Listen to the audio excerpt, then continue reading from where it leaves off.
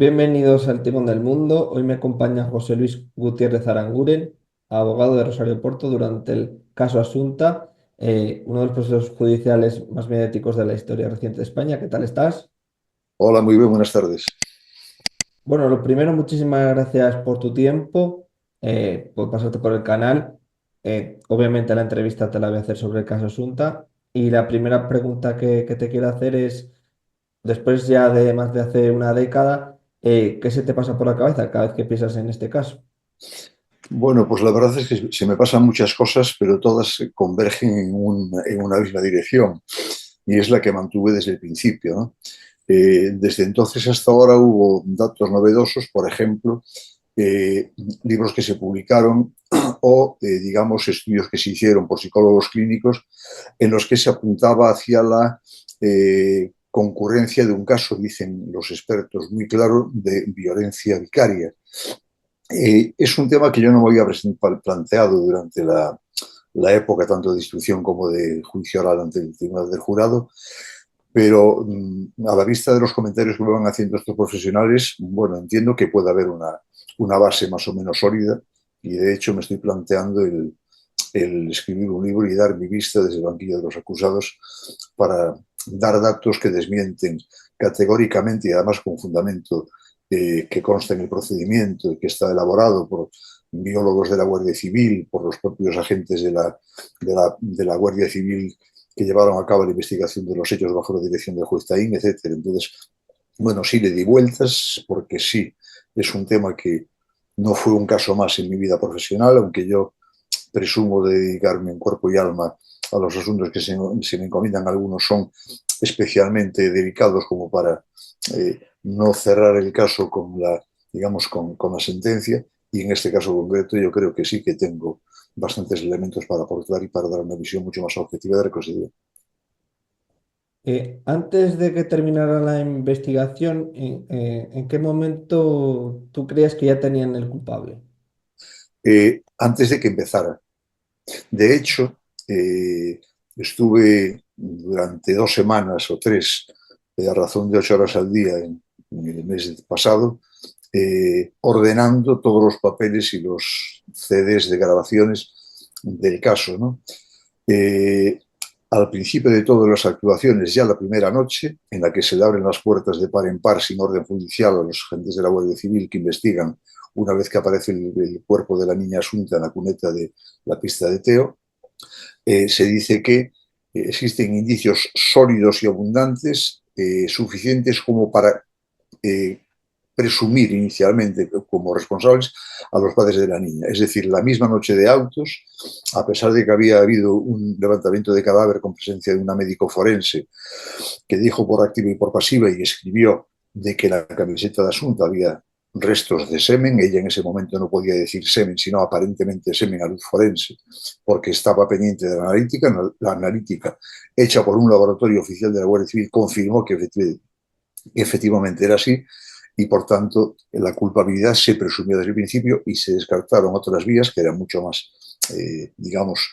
plausibles, como por ejemplo la del famoso Cerón Jaramillo, que por más que yo haya dicho y reconocido de que no me encaja para nada su presencia en el lugar de los hechos a tanta distancia de su lugar de domicilio, lo que sí es cierto es que a él se le avisó, y eso consta perfectamente documentado, por la Guardia Civil de que iba a ser investigado y que se le iba a decir declaración en tal concepto, porque, digamos, así lo requería una acusación particular. Yo no podía pedir una imputación, pero sí la acusación particular que se ejercía en nombre de la Asociación Clara Campoamor. Sí se adhirieron a mi petición de que se investigara este señor, y este señor, como decía, fue advertido de que iba a ser interrogado, que se buscara una coartada.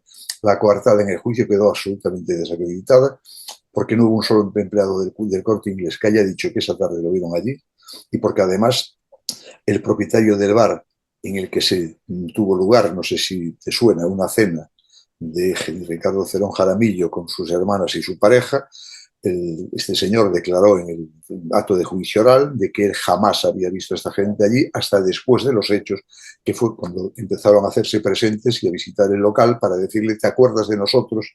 Y él lo que dijo no lo pudo decir más claro: no me acuerdo más que a partir de aparecer en televisión venir ustedes por aquí para preguntarme si me acordaba. Dentro de todo lo que me estás contando ahora al principio, ¿crees que puede estar el principal error de la investigación o cuál crees que es? No, el principal error fue partir de la premisa de que se trataba de dos personas culpables, los padres, y a partir de ahí descartar cualquier posibilidad de investigación. Los agentes de la Guardia Civil del Departamento de Biología sufrieron un auténtico escarnio, tanto en la fase de instrucción como en el juicio, porque fueron interrogados como delincuentes que falseaban eh, un informe oficial de esta entidad, ¿no?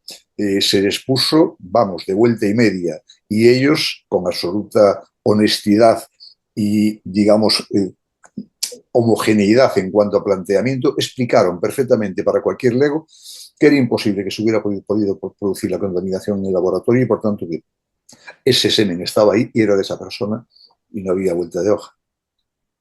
¿Cuál crees que fue o fueron las pruebas decisivas para la condena?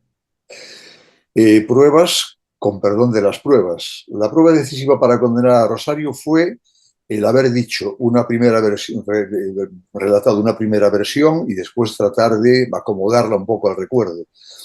Rosario dice que ella se fue para la para la casa de Teo sola.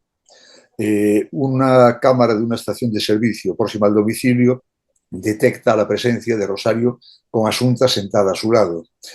Eso dio lugar a que se dijera, y eso ya habían pasado unos días y ya se estaba sospechando de ella, a que se dijera de que ella había faltado a la verdad y por tanto eso era una prueba evidente de que era responsable del asesinato de su propia hija, ¿no? El psiquiatra Luis Ferrer es una eminencia en la materia y fue quien, desde el punto de vista profesional, atendió a Rosario y me asesoró en muchos de los aspectos que tenían que ver con la psiquiatría y la medicina legal en relación a este dato o esta, digamos, inconcreción o incluso contradicción. Explicó perfectamente en el juicio de que era absolutamente normal que una persona en estado de shock a la que le acaban de decir que su hija acaba de aparecer muerta y asesinada, que es normal que se pueda contradecir e incurrir en una serie de, digamos, de vaguedades. Lo que es cierto es que las pruebas, digamos, fehacientes, no las de testigos, solo basadas en la memoria, demostraron, pero vamos, muy a las claras, de que el recorrido hecho por Rosario Porto, digamos, encajaba con la segunda versión, que es la que dio ya un poco más, no voy a decir más tranquila, porque acababa de ocurrir algo terrible en su vida hace unos días, pero digamos con un poco más de sosiego y de darle vueltas a la cabeza. Y bueno, lo que es evidente es que esa teoría quedó desmontada desde el punto y hora de que una niña amiga de Asunta, que se llama Clara Baltar, acompañada de su novio, compraron unas zapatillas en una tienda de deportes muy próxima a la casa donde vivía Rosario con Asunta, en la calle paralela por la parte de abajo, para los que conozcan a Santiago de Compostela, que es la calle General Pardiñas. Esta chica dice que la vio sin ningún género de dudas ese día por la tarde en torno a las 7 menos cuarto. Encajaba perfectamente porque Rosario había desmontado la arma en Teo y porque Rosario, cuando vuelve de Teo, llega al garaje a la hora en que, poco tiempo después, iría a denunciar sobre las 9:30, 10. Se hizo un timing para ver qué tiempo podía llevar el recorrido de Santiago a Teo y de Teo a Santiago, no arrojó ninguna luz que pudiera, digamos, echar por tierra la versión de Rosario y, por tanto, digo, se presumió la culpa desde el principio, algo que es absolutamente irregular e ilegal. Se convenció a los señores del jurado de que eso era así, no atendieron a razones que eran mucho más objetivas y mucho más encomiables y, por tanto, bueno, pues se buscó únicamente la posibilidad de condenar a estas dos personas, fueran o no culpables. Si había contradicciones, aparte de lo que tú me has comentado más, durante los informes periciales o durante las pruebas presentadas durante el juicio. Bueno, durante las pruebas presentadas durante el juicio hubo una que me llamó especialmente la atención, que a una agente de la Guardia Civil que había llevado a cabo la investigación de primera mano le hizo mucha gracia cuando yo hice un comentario, que es lo que voy a hacer ahora, y yo le dije que no le había la gracia por ningún lado, que ya le haría mucho, que estábamos hablando de algo muy serio. La Guardia Civil, en el momento inicial, en el primero de los folios del procedimiento, lo que dicen es que tuvo que ser alguien muy próximo a Asunta, el autor de los hechos, porque la había dejado en un descampado en una noche de luna llena, en un talud, y de forma tal que era perfectamente visible para el primero que pasara por allí. Eso fue así, porque de hecho hay dos señores que por razones que no vienen al caso, al llegar al lugar la vieron nada más llegar, fueron a esconder el coche para no meterse en problemas y luego volvieron y ya desde allí, digamos, tomaron contacto con la policía judicial que investigaba el crimen que se acababa de perpetrar. Al día siguiente cambiaron la versión y ya donde hicieron una nueva visita con los señores matrimonio mayor que vivían en una casa muy próxima a la pista donde apareció el cuerpo de la niña. Eh, Al día siguiente, mediante engaño, se lleva a estos dos señores por la misma pista, no era la misma condición de luz ni nada parecido, se las lleva por allí y cuando sobrepasaron el lugar en el que había aparecido el cuerpo, se les dijo, ¿veis cómo se os puso un señuelo y vosotros no lo visteis? Y el señor, lo recuerdo y lo dijo en el juicio y está grabado, lo que respondió fue, no, mire, disculpe, a mí usted no me dijo que yo tenía que avisar si veía algo. A mí usted me dijo que quería hablar conmigo, que diera un paseo con él por el lugar en el que había estado el día anterior, y cuando usted me dijo eso, yo le dije, abro de paréntesis, algo que omiten en el informe, yo le dije que aquel trapo que había en la pista estaba en un lugar diferente a aquel en el que había aparecido la camiseta blanca de Asunta y además era de color gris como la chaqueta que yo llevaba. Eso fue la indicación que hizo este señor en plena investigación judicial. De manera que, además de no ser la misma luz, se cambiaron los demás parámetros, ¿no? Por ejemplo, se pasó de un talud a una cuneta. Son cosas bien diferentes. Un talud es algo elevado sobre la pista, la cuneta es algo que está por debajo de. En definitiva, no les encajaba lo que había porque apuntaba en una dirección absolutamente diferente a aquella que ellos habían estado investigando y por tanto todo lo que fuera por ahí iba a ser objeto de una traba y de una digamos, virulencia tremenda contra todos aquellos que fuéramos abogados o técnicos, incluso del propio cuerpo de la Guardia Civil, desmintiendo esta versión de los hechos. ¿Cómo explicaba Rosario Porto lo que sucedió aquella noche? Rosario, la versión que dio, digamos, en el juzgado, una vez que se le toma la declaración por segunda vez, ella esa tarde había acordado ir a la pista de Teo para coger los útiles de playa, bañadores y demás, porque llevaban todo el invierno encerrados, que la niña que estaba estudiando dejó todo en el suelo y dijo que se iba con ella, que la niña una vez en el coche le dice, mamá, lo pensé mejor, prefiero quedarme en casa a estudiar, vete tú y después ya nos vemos, que efectivamente la dejó y es cuando coincide en la franja horaria en que la ve esta niña Clara Baltari y su novio y en que la ve una tercera persona de la que se habló muy poco y que es un señor, por las indagaciones que yo hizo y él me lo confirmó en la fase ya de instrucción, un señor que dijo a la Policía Nacional que era la que era competente para conocer de este tema, no la Guardia Civil, porque la desaparición había tenido lugar en Santiago, otra cosa es donde aparece el cadáver. Bueno, este señor acudió a la primera hora de la mañana, en cuanto supo lo de la niña, a la Policía Nacional en Santiago y denunció, o declaró que había visto, sin ningún género de dudas, a Asunta a las 7 de la tarde en el cruce de las calles República Salvador y no recuerdo nunca la calle que es perpendicular a ella, que dista más o menos de donde la vio Clara Baltar unos 200 metros. Es decir, todo estaba encajado perfectamente. Declara este señor cuando llega al juzgado que él en ningún momento dijo que era Asunta, sino una niña china que no era Asunta. Claro, yo lo primero que se me ocurrió preguntarle fue cómo se le ocurrió ir a decirle a la policía que había visto una niña que no era Asunta si lo que importaba era si hubiera visto a Asunta. Bueno, en este sentido, él volvió a negarlo y la Policía Nacional, que le recibió declaración, corroboró que lo que había dicho era que era Asunta sin ninguna duda. El comisario jefe de Policía de Santiago, superior de los dos números que declararon en este sentido, dijo lo mismo y de hecho dijo a preguntas mías, claro que les pregunté, ¿estáis seguros? Porque nos podemos meter en un follón si estamos dando este tipo de información y luego resulta que no es cierto. Estaban totalmente seguros. Bueno, curiosamente, y lamento tener que decirlo, pero es la verdad, curiosamente yo había hecho mis pesquisas para saber quién era este testigo y este testigo casualmente trabajaba de profesor en un departamento de la Facultad de Económicas de Santiago, cuyo titular y por tanto superior era un hermano del juez instructor. Esto salió a colación porque esto yo me enteré y porque esto me lo reconoció a pesar de las quejas que el propio juez instructor, José Antonio Vázquez Taín, procedía contra mí por decir eso que estaba sacando allí a cuento de que viene. Y dije yo, espere usted a que conteste y después sabrá usted a cuento de que viene. Es decir, desde el principio hasta el final, trabas, trampas, medias verdades, etcétera, etcétera. ¿Qué papel desempeñó Alfonso Basterra durante el procedimiento? Durante el procedimiento y fuera del procedimiento, yo a Alfonso Basterra no lo conocía, pero Alfonso Basterra era una persona fría, no aparentaba tener sentimientos. Puedo decir como anécdota, yo todos los días, y fueron muchos por la mañana, tanto en el juicio como en la fase previa de instrucción, antes de ir al juzgado, pasaba por los calabozos que están en el sótano del juzgado de Santiago y le llevaba a cada uno de ellos un bocadillo, un agua y un café. Eh, Sirva como ejemplo. Jamás me dijo gracias. Eso lo hice durante meses. Eh, Alfonso Basterra, bueno, según las nuevas teorías a las que yo tuve acceso últimamente, a las que hacía referencia al principio, es decir, las de psiquiatras y psicólogos especialistas en la materia, era un hombre que era absolutamente hierático. Entonces no decía ni dejaba de decir nada que pudiera ser definitorio respecto a estado de ánimo, a nada, de principio a fin, ya digo.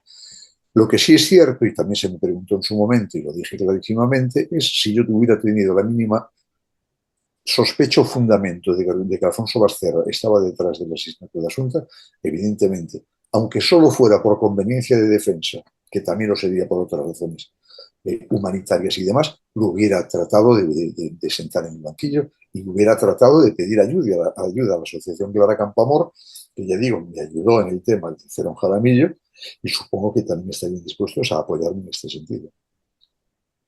¿Hasta qué punto influyeron los medios de comunicación en la percepción pública o durante el desarrollo del juicio?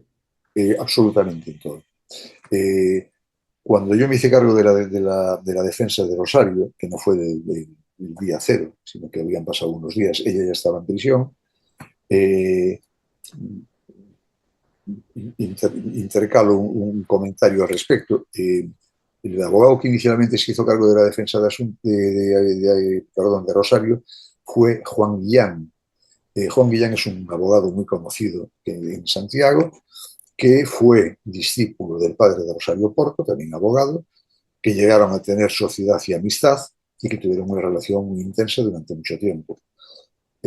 Juan Guillán conocía perfectamente a Rosario desde que nació y por tanto entendió, como realmente había sido, entendió de que eso era un malentendido, eso era imposible de que Rosario hubiera podido llevar a cabo ese tipo de acción y dijo, voy, lo aclaro y me la llevo para casa. Su sorpresa fue mayúscula cuando no se la llevó para casa. Su sorpresa fue cuando inmediatamente después de esa declaración se decretó su ingreso en prisión.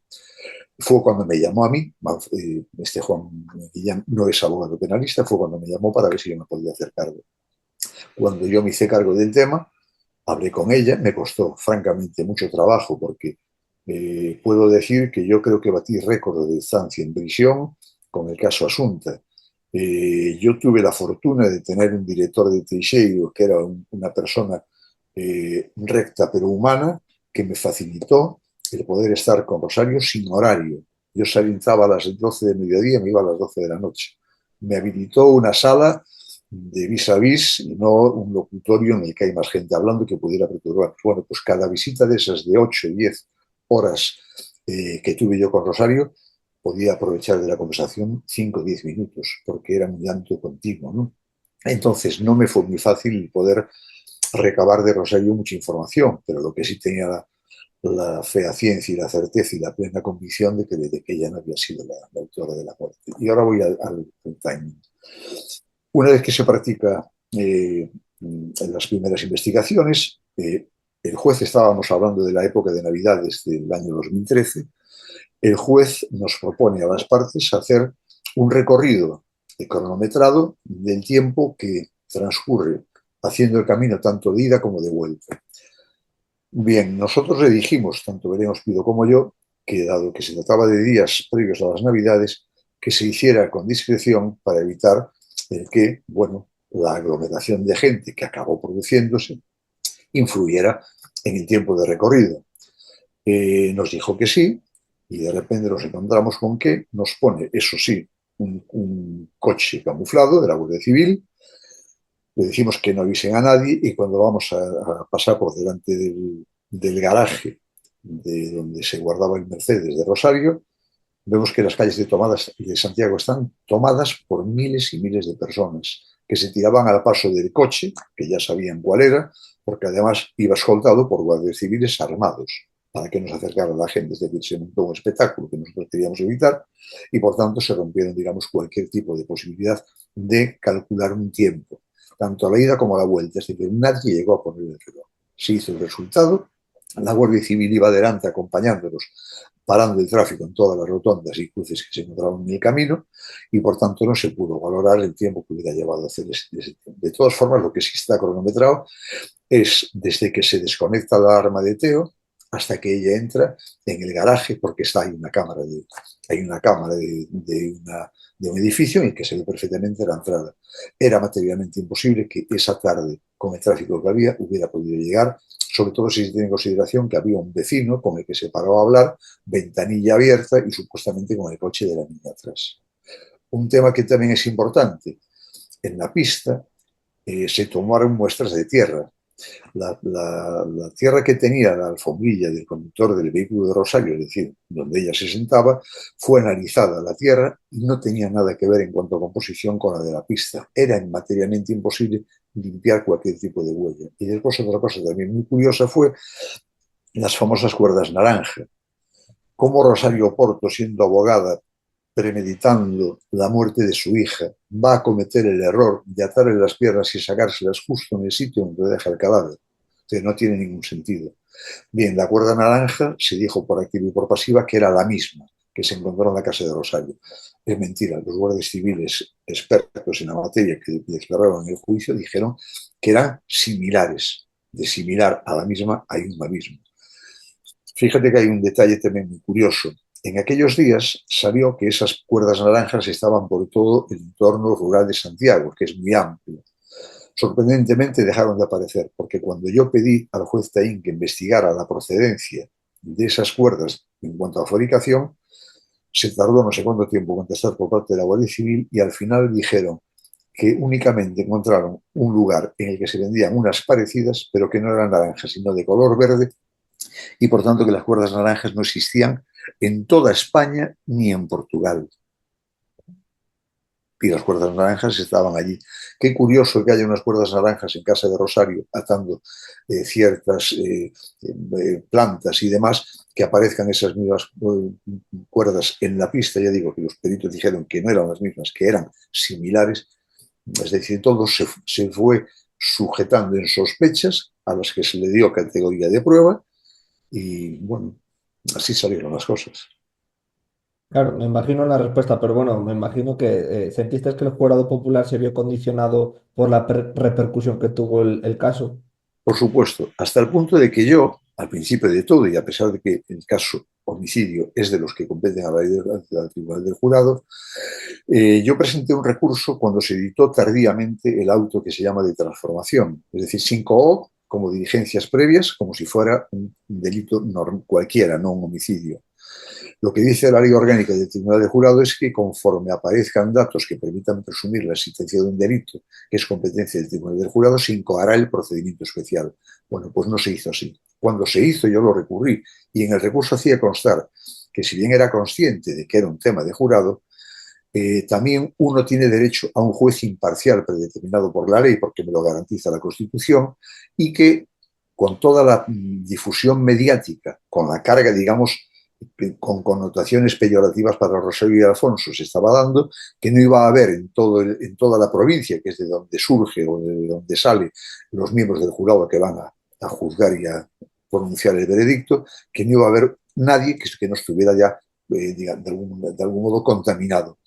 Se me dijo en la audiencia provincial que eso podría plantearse en la fase de plenario, de juicio oral, y que en ese momento, si efectivamente era así, pues que entonces que lógicamente se tiraría para atrás y se pasaría a un tribunal profesional.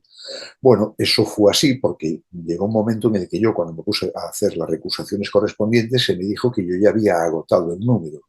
El número se agota cuando, sin causa o sin motivo alguno, simplemente por falta de simpatía o de empatía del interrogatorio de la defensa con el candidato a formar parte del tribunal del jurado, pues yo no tengo por qué dar ninguna explicación hasta cuatro. Pero si hay causa legal de recusación, yo tengo hasta el infinito, ¿no? Se me dijo que eso no podía ser así, al final convencí al presidente del tribunal, accedió, pero lo que era visto y evidente era de que todos estaban contaminados, algunos de ellos evidentemente no lo reconocieron porque si no, no habría juicio y tendrían que haber pasado a un tribunal normal. Si el juicio hubiera sido solo únicamente entre magistrados profesionales, ¿crees que el resultado hubiera sido distinto? Absolutamente. Absolutamente. Hay un detalle que también aprovecho para comentar sobre el tema de la diferencia entre un tribunal, y no estoy en contra del tribunal del jurado, lo que pasa es que el tribunal del jurado, si se tiene en consideración que nace de la provincia en donde se produce el crimen, bueno, en Galicia estas cosas, digamos, tienen una especialísima trascendencia y relevancia. Bueno, pues digo, la, la, la, la situación que se dio fue que cuando se dicta el auto de prisión de Rosario Porto, como las diligencias están declaradas secretas, a las defensas, no se nos da a las defensas ni a la acusación particular, solo al fiscal y por supuesto el juez, conocen el contenido del auto. Los autos de prisión tienen que estar fundamentados y la jurisprudencia del Tribunal Supremo dice que se puede matizar esa exigencia en casos como este, que están declarados secretos, para evitar que ciertas actuaciones que se van a practicar de inmediato puedan ser conocidas por las partes y puedan de algún modo tratar de interferir y de obstaculizar la investigación. Bien, pues ya digo, en este caso el procedimiento estaba declarado secreto y a nosotros, y lo tengo además todavía en el repaso, lo estuve viendo, el auto que se nos notificó es en Santiago de Compostela a fecha, día y mes, eh, decreto el ingreso en prisión de Rosario Porto Ortega. Punto. Nada más, ni un argumento. Yo presenté un recurso pidiendo nulidad de esa resolución. El fiscal, o sea, el juez me reconoció de que eso producía indefensión, el fiscal dijo que no producía indefensión y la audiencia decidió que aquel auto era correcto. Es decir, se metió en la cárcel una persona sin explicársele el porqué, es decir, sin permitirse a la defensa y a la propia parte el conocer el porqué de aquella decisión tan grave como es privar de libertad a una persona, sobre todo a una persona conocida que se podía haber controlado pues si se hubiera alegado riesgo de fuga, o si se hubiera detectado o sospechado, porque simplemente con hacer presentaciones diarias en comisaría o en el juzgado o una medida similar se hubiera evitado esto. No, se la fue a buscar al tanatorio en el momento en que se estaban celebrando las exequias de asunto. Algo más cruel, impensable, imposible. Durante el transcurso del juicio, ¿en algún momento pensaste que podría darse la absolución o no? Yo pensé que sí, porque yo tenía la convicción no solo de la inocencia, sino de que las pruebas apuntaban en la dirección contraria a la de las tesis de la acusación. Yo me valí de una psicóloga, además de del psiquiatra, de una psicóloga que no solo me asesoró y atendió a Rosario, sino que asistió conmigo para la preparación de los interrogatorios a los jurados. Es decir, qué tipo de preguntas, porque era un tema demasiado conocido, qué tipo de preguntas tenía que hacer y en el juicio estuvo presente y me iba diciendo, creo que tenemos ganados a este y a este, los otros parece que no están muy por la labor, habrá que hacer más hincapié en ciertos aspectos y demás. Los dos quedamos sorprendidos con el veredicto de culpabilidad, porque no había una sola prueba para condenar. ¿Cómo vivió Rosario Porto la condena y los años posteriores? Bueno, la vivió con estupefacción, con un dolor increíble. Eh, Me llamó la atención, iba a decir me hizo gracia, pero gracia no tiene ninguna. Me llamó la atención que en un programa de televisión que vino hace muchos meses sobre el caso Asunta, se hablaba de unos supuestos presos de apoyo porque Rosario Porto estaba en una situación carcelaria que era de prevención de suicidio, es decir, había unas fundadas sospechas de que en aquella situación ella podía quitarse la vida, ¿no? Por eso, digamos que tenía en ese protocolo a un preso de confianza del centro que esté pendiente las 24 horas del día para evitar precisamente el que llegue a autolesionarse o, lo que es peor, a causarse la propia muerte, ¿no? En ese programa de televisión salieron unos varones hablando de que Rosario era una mujer altiva, altanera, que no tenía sentimientos, que no expresaba sentimientos, y lo que yo tengo que decir es de que esos señores son unos mentirosos de los pies a la cabeza, porque en una prisión los presos están, digamos, instalados o ubicados por sexos. No están los hombres con las mujeres y viceversa. De manera que esas personas mintieron. Las presas que sí estuvieron presentes, presas de confianza, a quienes Rosario dejó en testamento unas joyas, tenían conmigo la misma confianza que con ella. Y cuando hablaban conmigo, solos me hablaban del horror que era para Rosario pasar cada hora del día. Yo solo viví también, porque yo a Rosario la visité cientos de veces, antes y después del juicio. ¿Qué ocurrió? En un momento determinado, por un intento de suicidio, la trasladan de la prisión de Teixeiro de Coruña a la prisión de Alhama en Pontevedra. La explicación que se nos dio fue Teixeiro no era capaz de cambiar la situación y por tanto que a ver si en otro sitio podían, más o menos, no eran las palabras, pero la idea era esta. Bueno, yo creo que pensaron de que ni el psiquiatra, ni la psicólogo, ni yo íbamos a seguir viéndola. Seguimos viéndola con la misma regularidad que si tuviera en Coruña.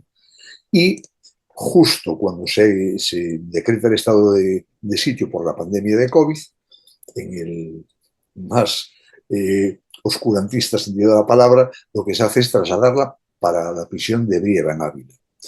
Hay que tener en consideración que ella no tiene ninguna vinculación con Ávila. Hay que tener en consideración también de que de Coruña, que era de donde partíamos, psiquiatra, psicóloga y yo, hay una diferencia importante. Hay que partir de la premisa de que nosotros no podríamos, sin una autorización expresa, salir del territorio de la provincia.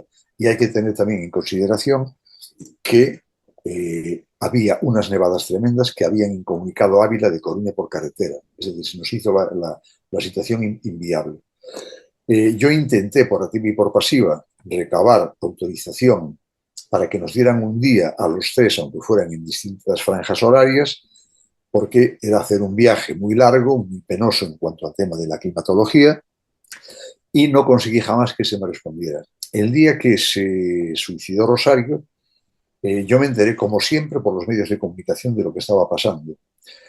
Y ahí sí que tuve un trato exquisito y cordialísimo por parte de la subdirección del centro. Se pusieron a mi disposición para lo que hiciera falta, etcétera, etcétera. No, lo tenían que haber hecho antes, porque a lo mejor si nos hubieran permitido ir a verlo y ella ver que seguía contando con un apoyo externo importante de las personas de confianza únicas que le habían quedado, pues a lo mejor hubiera resistido más. ¿Qué opinión tienes de la serie de Netflix que salió? La serie de Netflix, lo dije, desde el punto de vista técnico y artístico, creo que es una muy buena serie, pero yo me quejé de que, bueno, aparte de que no refleja la realidad, porque aunque lógicamente es una serie eh, novelada, no es un relato fehaciente de lo sucedido, ¿no? Los personajes son ficticios, aunque coincidan más o menos con los reales que habíamos tenido intervención, pero yo me quejé, entre otras cosas, de un dato que me pareció especialmente desagradable. Y es que se me hizo pasar por un abogado gallito de Coruña, eh, con amplia experiencia, que se había desplazado a Santiago para acoger a una bisoña abogada de Mospido, a la que había convencido para secundar mis tesis y ella hacer un papel secundario desde el punto de vista de la defensa de Alfonso. Bueno, tengo que decir primero que quienes me conocen saben que yo la chulería nunca hice ostentación de ella. Saben que soy una persona trabajadora dedicada a la profesión en cuerpo y alma sin mirar el reloj ni los días de la semana. Y tengo que decir, Belén Ospido es una profesional como la copa de un pino que empezó a trabajar en el caso antes de que yo me hiciera cargo, porque ya dije que en mi sitio había entrado Juan Guillán y yo había entrado en segundo lugar. Ella también había entrado en segundo lugar, pero antes que yo. De hecho, coincidimos en la prisión el día que los dos asumimos la defensa de ambos, pero ella ya había tenido intervención anterior.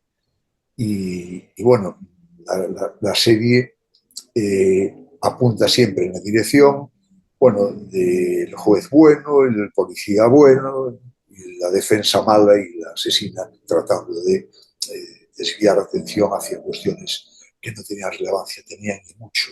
Yo presumo además de que en este caso tuve no solo la ayuda inestimable de Luis Ferrer y de Alicia Arce, los profesionales a los que ven haciendo referencia de forma reiterada. Yo hablé con eminencias de la medicina legal de Santiago, a quienes ya me une amistad, ya los trataba de antes profesionalmente, pero ahora después de esto tengo una amistad. No quiero decir sus nombres porque ellos declinaron el aparecer en escena, pero sí lo que corroboraron conmigo fue que todo fue una chapuza desde el punto de vista médico-legal y que los únicos que decían la verdad y tenían razón eran la médico forense del levantamiento del cadáver y los médicos, perdón, los biólogos de la Guardia Civil del Laboratorio de Madrid que llevaron a cabo un trabajo impecable y que demostraron gráficamente para el más lerdo en la materia de que era imposible la contaminación que se había predicado. Con las técnicas de investigación de hoy en día, ¿crees que hubieran cambiado la situación o no?